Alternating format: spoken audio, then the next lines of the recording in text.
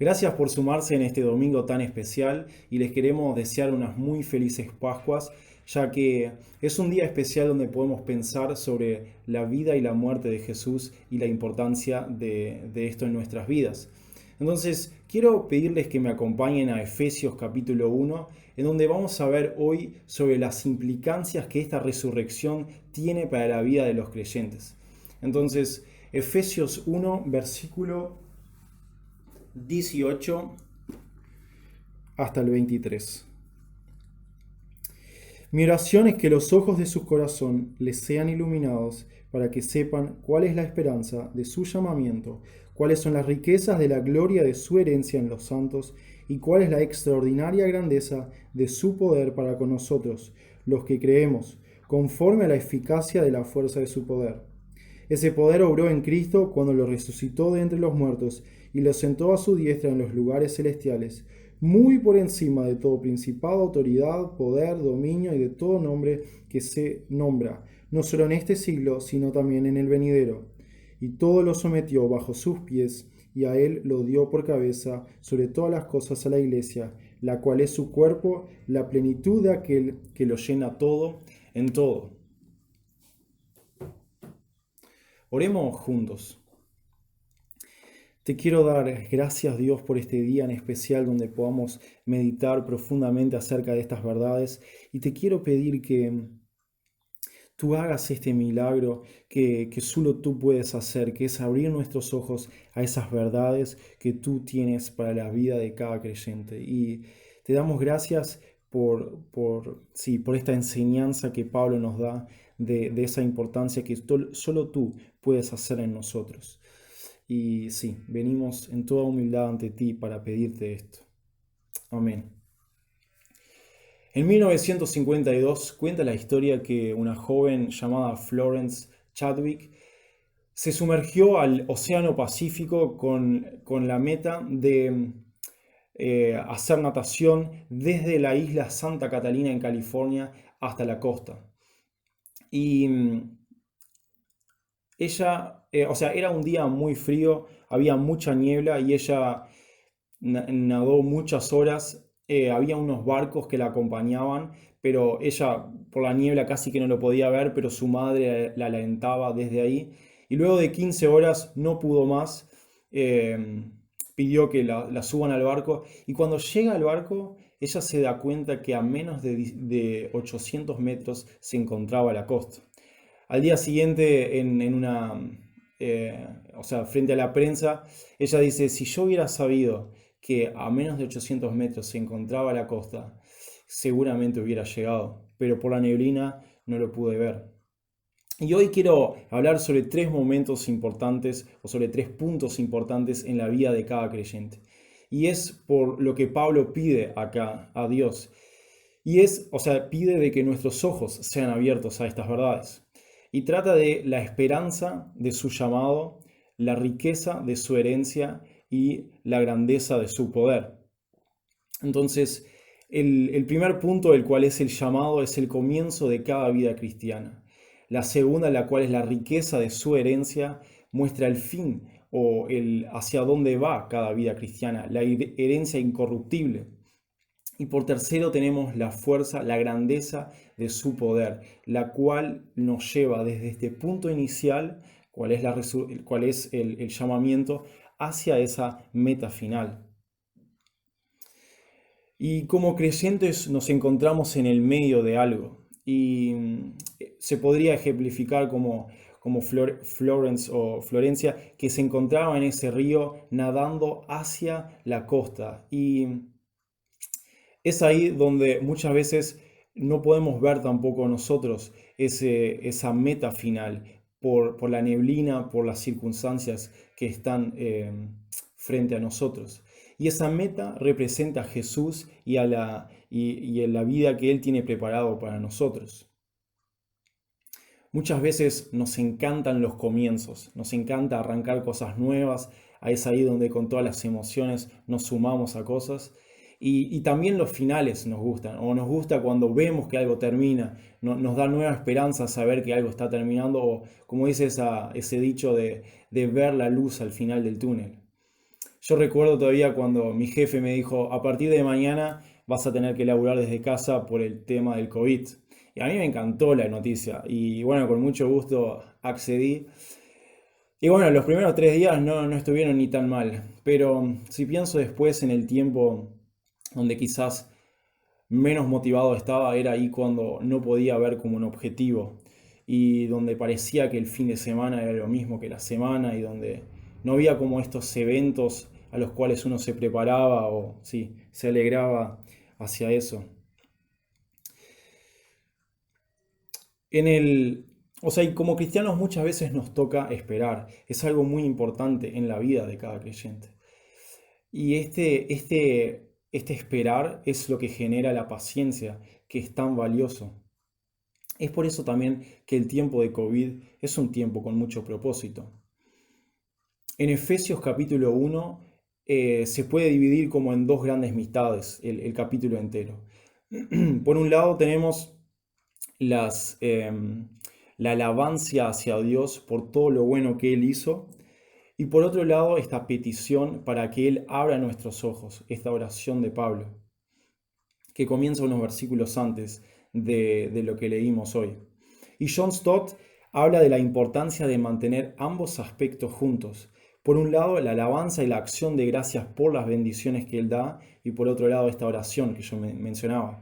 Y fácilmente nuestras vidas se inclinan hacia alguno de los dos extremos, que por un lado es que podemos estar solo pidiendo nuevas bendiciones y olvidarnos lo que dice en el versículo 3 de que Él nos ha bendecido con toda bendición espiritual en los lugares celestiales en Cristo.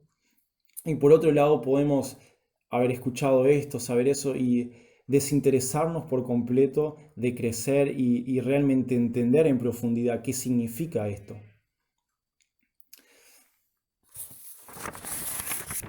El, el año pasado en la iglesia donde estoy yendo en Montevideo, sí, se enseñó sobre la carta de Efesios sección por sección.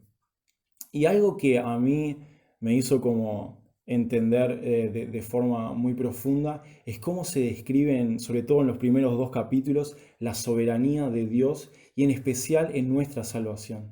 Y es interesante cómo Pablo hace afirmaciones muy profundas en esto y sobre todo en este primer capítulo y de repente hace una pausa y empieza a orar. Y empieza a orar pidiendo de que Dios abra nuestros ojos. Y esto muestra de cómo existen estas verdades profundas que nosotros necesitamos escuchar, pero que por otro lado necesitamos que Dios nos abra nuestros ojos, nos abra nuestro entendimiento para que realmente pueda transformar nuestras vidas. Alguien una vez dijo de que el camino más largo en el universo es desde nuestra mente hasta nuestro corazón. Y esto se puede entender de la forma de que hay como muchas verdades que muchísimas veces hemos escuchado, pero que nunca han llegado a nuestro corazón, nunca han impactado nuestras emociones y nunca nos han transformado realmente. Por ejemplo, el amor de Dios. ¿Cuántas veces hemos escuchado sobre el amor de Dios?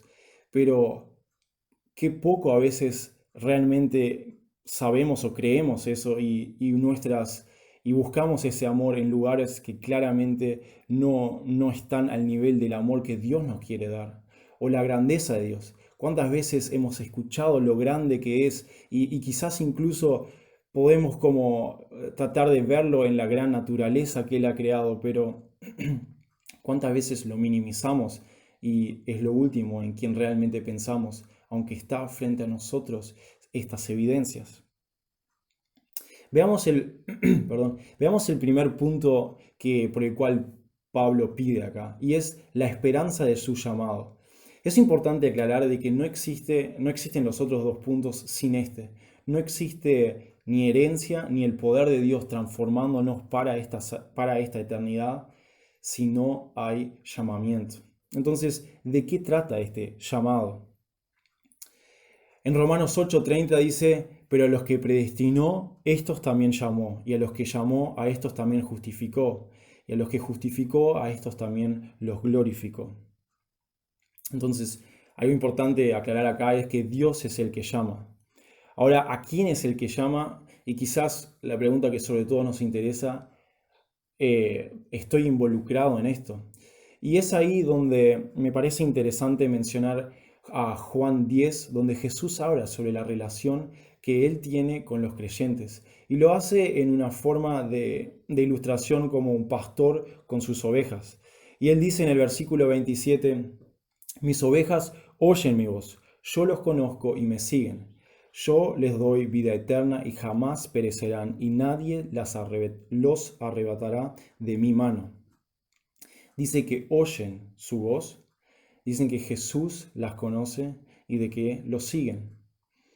Estos son evidencias claras del vivir de un creyente.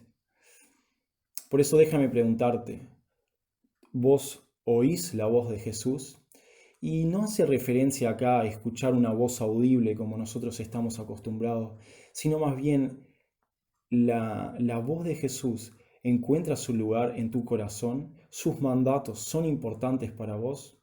¿O solo sigues a tu propia voz? Luego dice que Jesús los conoce. Y hay que tener cuidado de que no menciona de que nosotros digamos que conocemos a Jesús, porque a veces lo mencionamos, lo pensamos de una forma equivocada. Y incluso Jesús advierte en esto, sobre que lo hace en Mateo 7, versículo 21, y dice, no todo el que me dice Señor, Señor, entrará en el reino de los cielos, sino el que hace la voluntad de mi Padre que está en los cielos. Entonces, un seguidor de Jesús es alguien que ama su palabra y es alguien que lo escucha y también lo hace.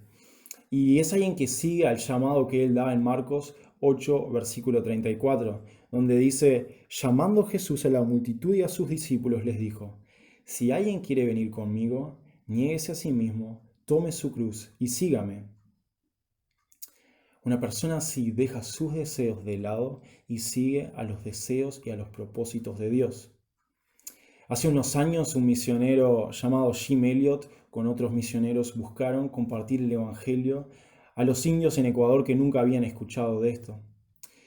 Ellos mueren en el intento de hacerlo y un tiempo más tarde un conocido de él va hacia ese lugar con el mismo piloto que había sobrevivido a esta acción. Y estando allí el piloto les muestra, allí es donde murió Jim Elliot. Y este le dice, no, él no murió allí. Yo estuve con él cuando él murió. Y fue hace muchos años, muy lejos de aquí, en una pequeña iglesia, donde él dejó sus deseos de lado y coronó a Jesús como su rey.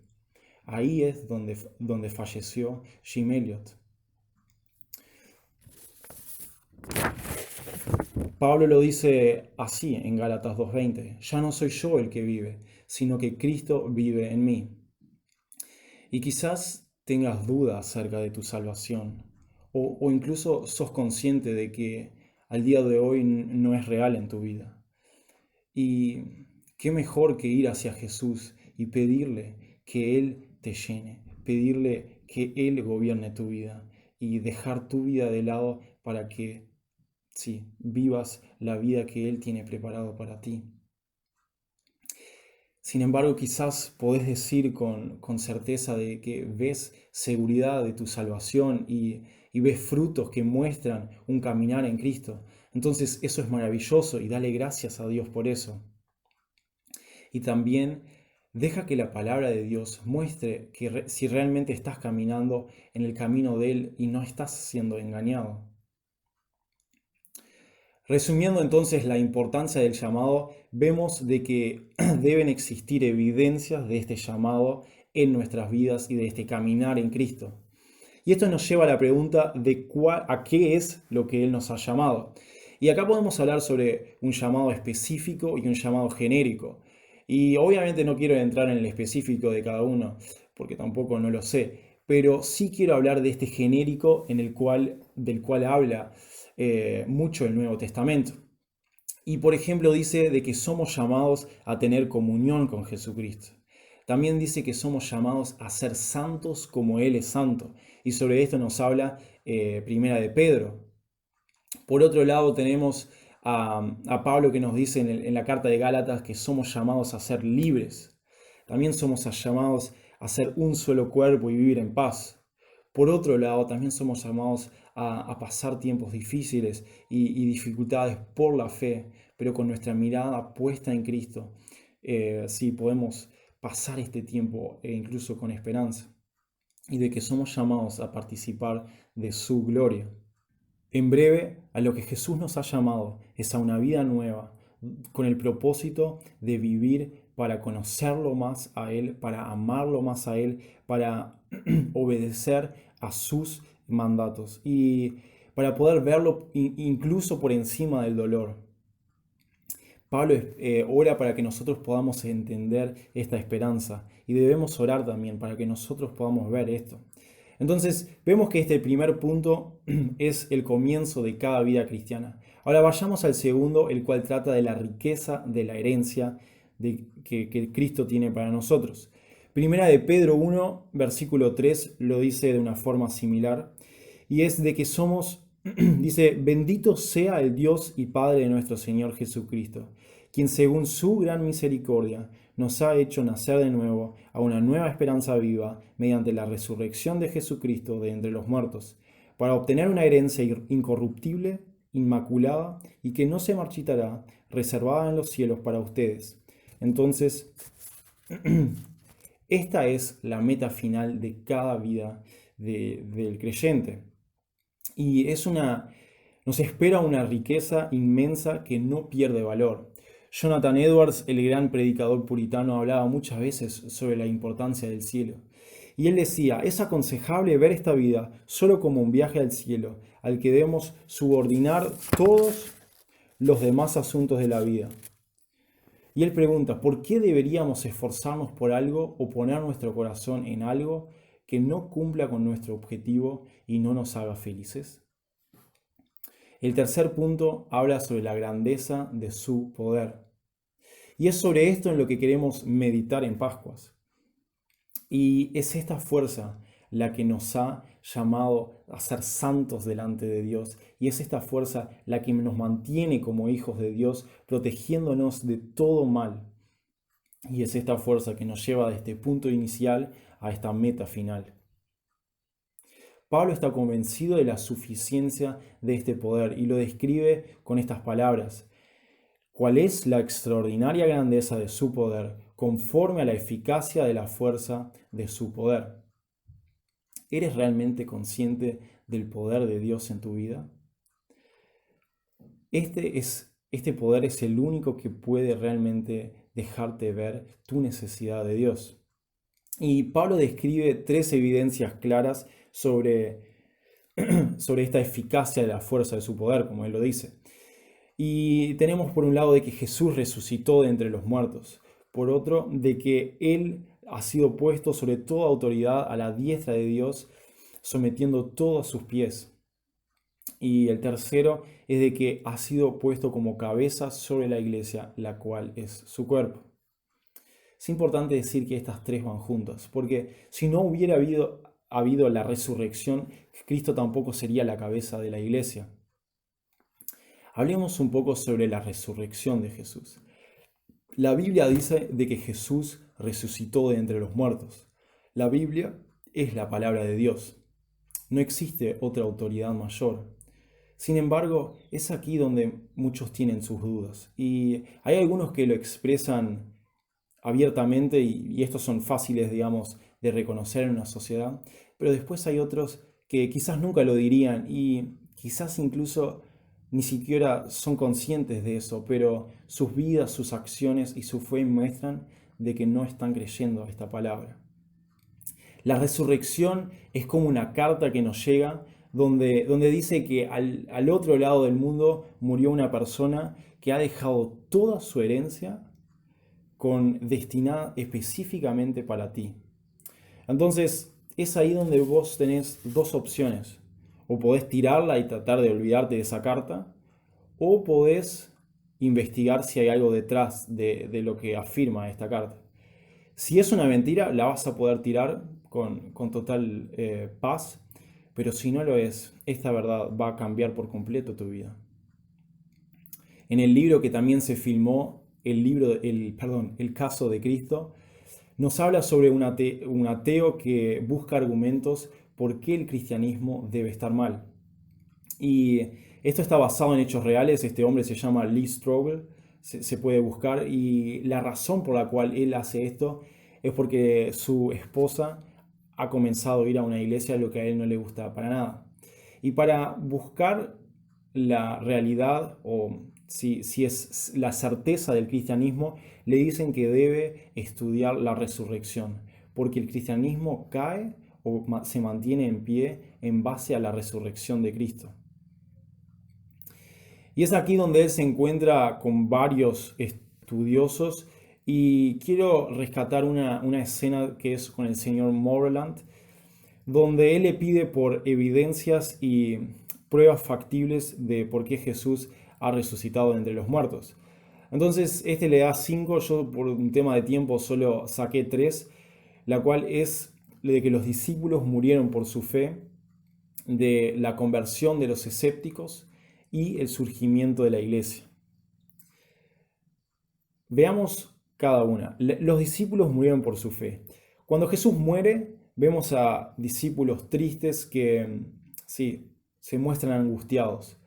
Pero ya un poco tiempo después, estos discípulos afirman de que han visto al Jesús resucitado y comparten el Evangelio a todo el mundo. Y no solo esto, sino de que realmente sufren mucho daño en sus vidas personales. Y la pregunta es de que, ¿por qué hicieron esto? ¿Por qué estuvieron dispuestos a sufrir tanto por esto? ¿Es porque ellos querían defender a Jesús? Es poco probable de que estas 11 personas o 12, digamos, dieran su vida por una mentira, de que si ellos nunca hubieran visto a Jesús resucitado, hubieran hecho todo ese movimiento. Realmente es poco factible. Vayamos al segundo punto. Nos habla de los escépticos, y Jacobo, el hermano de Jesús, era uno de ellos. En Juan 7 nos habla de que los hermanos de Jesús no creían en él. Y el historiador Josefo informa de que más tarde este hermano, que era el líder de la iglesia en Jerusalén, fue apedreado por creer en su hermano. Otro escéptico es Pablo, este hombre que es descrito como un fariseo y un gran estudioso, que hace todo lo que está en el alcance de su mano para extinguir el nuevo movimiento. Y de repente la vida de Pablo da un giro radical. Ahora, la pregunta ¿es esto solo un cambio de ideas? Y es muy poco probable decir esto de un hombre que ha sido formado desde pequeño apuntando a todo lo inverso, y que de repente ve a Jesús yendo a Damasco. En 1 Corintios 15 se describe cómo Jesús se apareció a todos los discípulos y finalmente también a él. Y de que él ha sido llamado a ser apóstol, y a este llamado le han seguido las evidencias como milagros que él hacía. Finalmente, el surgimiento de la iglesia. Los historiadores siempre buscan eventos causantes cuando hay un cambio cultural importante. Y si miramos la historia de la iglesia, se concuerda que esta comenzó luego de la muerte de Jesús, y que creció rápidamente, y después ya solo de unos 20 años se encontraba en el palacio del César. Y no solo eso, sino que sobrevivió a todo el imperio romano que tantas veces buscó extinguir a este movimiento. Y Moreland dice, mire, si alguien quiere llegar a la conclusión de que Jesús no resucitó de entre los muertos, entonces está bien, pero tiene que dar una explicación plausible de estos eventos. La historia da testimonio de que sucedieron. La pregunta es cómo explicarlos. Yo, según Moreland, nunca he encontrado una explicación mejor que la resurrección. Y en 1 Corintios 15, 17 dice, y si Cristo no ha resucitado, la fe de ustedes es falsa y todavía están en sus pecados. Realmente la resurrección es la evidencia importante en la fe cristiana. Es realmente la demostración de que Dios ha aceptado la obra dolorosa de Cristo en la cruz para todos aquellos que creen para ser salvos. Y esto lo confirma en el versículo 20, pero ahora Cristo ha resucitado de entre los muertos, primicia de los que durmieron. Entonces vemos la importancia de la resurrección de Cristo, vemos cómo esto demuestra el poder de Dios y la importancia que tiene sobre todo para la vida de cada creyente. El segundo punto del poder de Dios es de que ha sido puesto sobre toda autoridad a la diestra de Dios, sometiéndolo todo a sus pies. Y capaz Romanos 8 nos puede explicar para ver mejor cómo es el tema de la autoridad que le ha sido dada. En Romanos 8, versículo 34 dice, ¿quién es el que condena? Cristo Jesús es el que murió, sí, más aún el que resucitó, el que además está a la diestra de Dios, el que también intercede por nosotros. ¿Quién nos separará del amor de Cristo?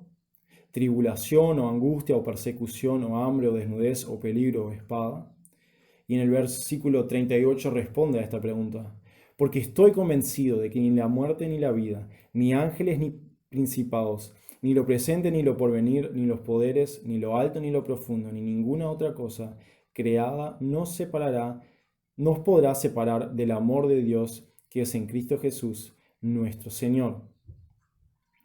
Jesús está por encima de toda autoridad y toda autoridad está puesta debajo de sus pies. Y esto implica la naturaleza, implica los gobiernos mundiales, nuestra salud, la iglesia misma. Y esto nos lleva al tercer punto, que es de que Él ha sido puesto sobre cabeza de su iglesia, la cual es su cuerpo. Y la iglesia se puede describir como las manos y los pies de Jesús en esta tierra.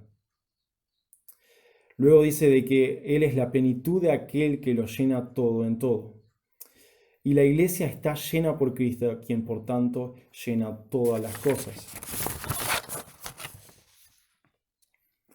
Y esta declaración es tan importante cuando pensamos en la misión de la iglesia. Nada puede separarnos de Él, como lo dice en Romanos 8. Las últimas palabras de Jesús en el Evangelio de Mateo es de que vayamos a todas las naciones a hacer discípulos, a bautizarlos en el nombre del Padre, del Hijo y del Espíritu Santo y a enseñarles a guardar toda la ley. Esto solo es posible porque Él tiene la autoridad, porque es Él quien llena el mundo y para eso usa la iglesia. Y la iglesia, es decir, cada creyente puede estar seguro de que nada, ningún poder puede separarnos de Él. Y no solo eso, sino de que todo coopera para nuestro bien. Y es eso también lo que afirma Romanos 8:28, donde dice, y sabemos que para los que aman a Dios, todas las cosas cooperan para bien. Esto es, para los que son llamados conforme a su propósito. Y este entendimiento sobre estas verdades lo vemos fuertemente en la vida de Pablo, sobre todo cuando éste se encontraba bajo presión. Y un pastor una vez lo describió de la siguiente forma. Si a Pablo le decían, te vamos a matar, entonces él respondía, morir es ganancia. Y si le decían, olvídate, te vamos a apedrear, a lastimar, te vamos a dañar, o torturar. Y él decía, considero que los sufrimientos de este tiempo presente no son dignos de ser comparados con la gloria que nos ha de ser revelada.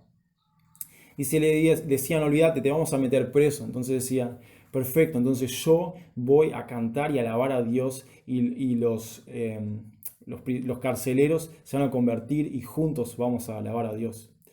Y la verdad es que la vida de Pablo muestra esta posición radical, pero también este entendimiento que él tenía de Dios y de cómo él confiaba en la autoridad de Jesús y en su bondad también.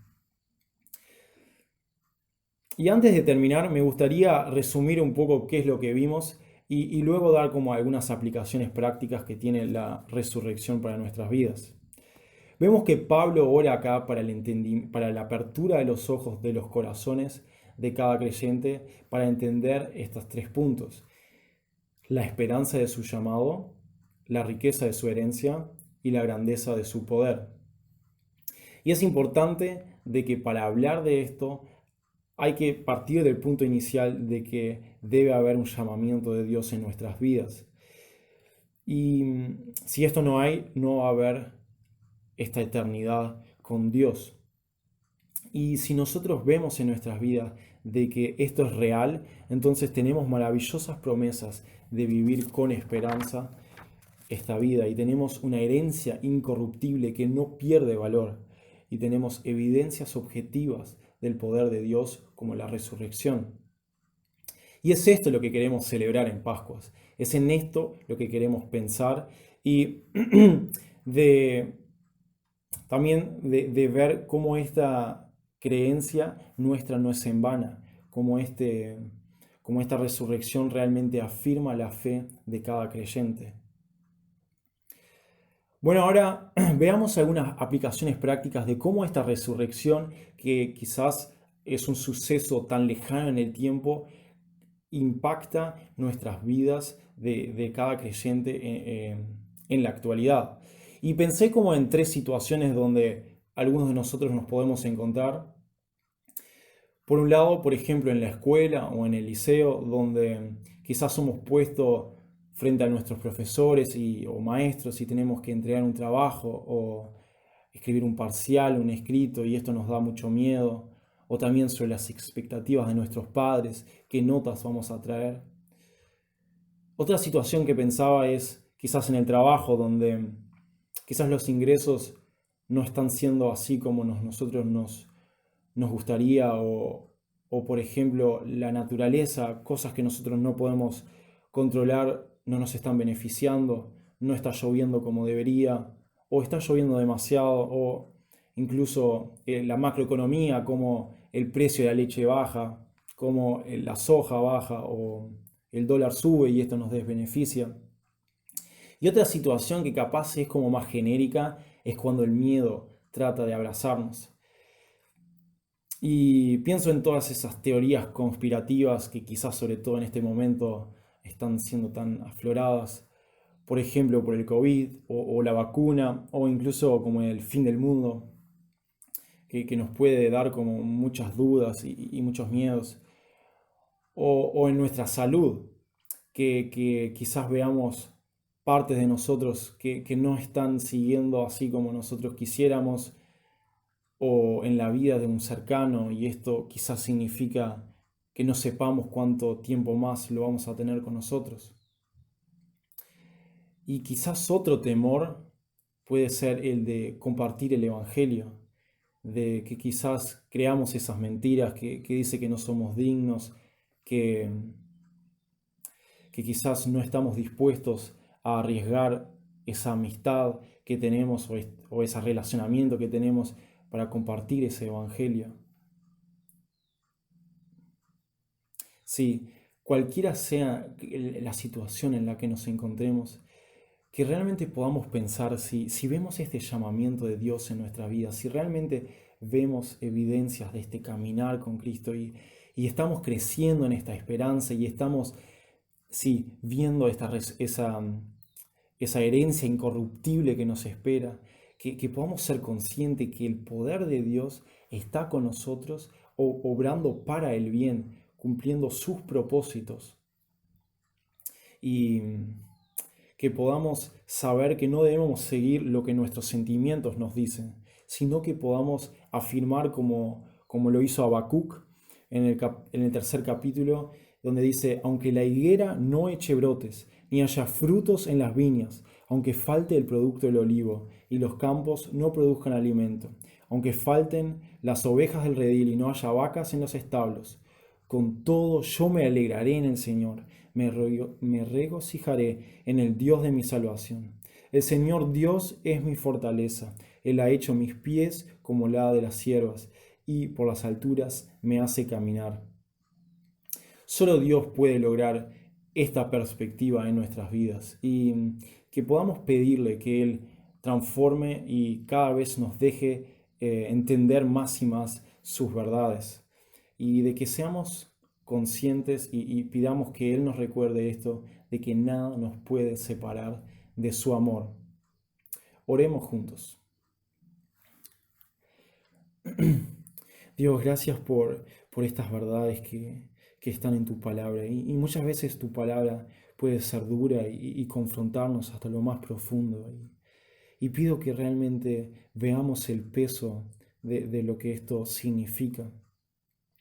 Y pido por cada persona, por convicción de pecado o incluso donde está poniendo en duda si su fe es genuina, que realmente te encuentre a ti en este buscar y caminar, y que estas Pascuas realmente sí, sean la muestra de la evidencia de tu gran poder en la vida, que, que podamos crecer en esto, en esta verdad de que sí, todo obra para el propósito que tú tienes preparado. Y doy gracias por esto y sí, te lo pido en tu nombre. Amén. Bueno, muchas gracias por haberme escuchado y les deseo unas muy felices Pascuas.